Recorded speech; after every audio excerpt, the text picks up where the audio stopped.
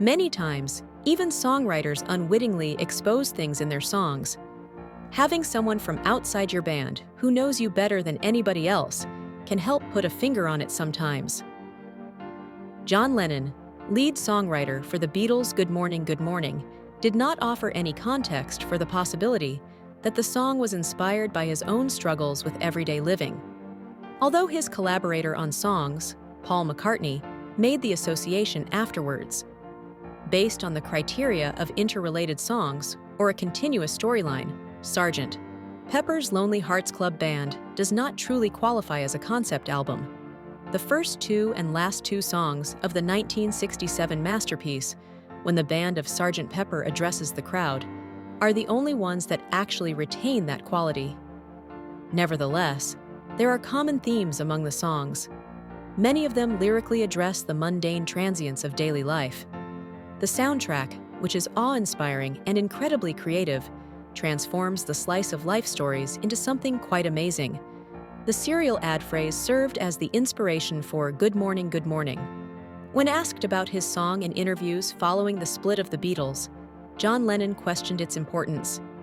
According to Paul McCartney's interview with author Barry Miles, the songwriter caught a glimpse of John Lennon's frustration with his first marriage in the chorus.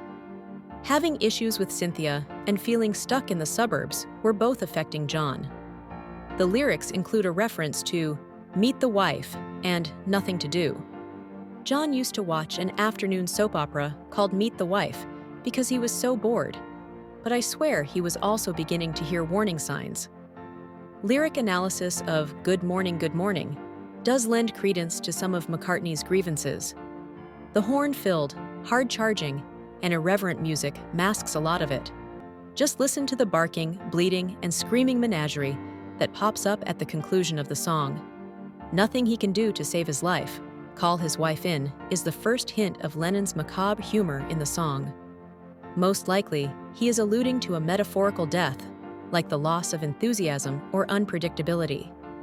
The repeated appearance of the term nothing is illuminating, since it appears to reflect Lennon's overarching opinions on suburban life. During the strutting part of the song, Lennon expresses his dismal view of the world. Everybody knows there's no activity, all the stores are closed, everything seems like a wreck.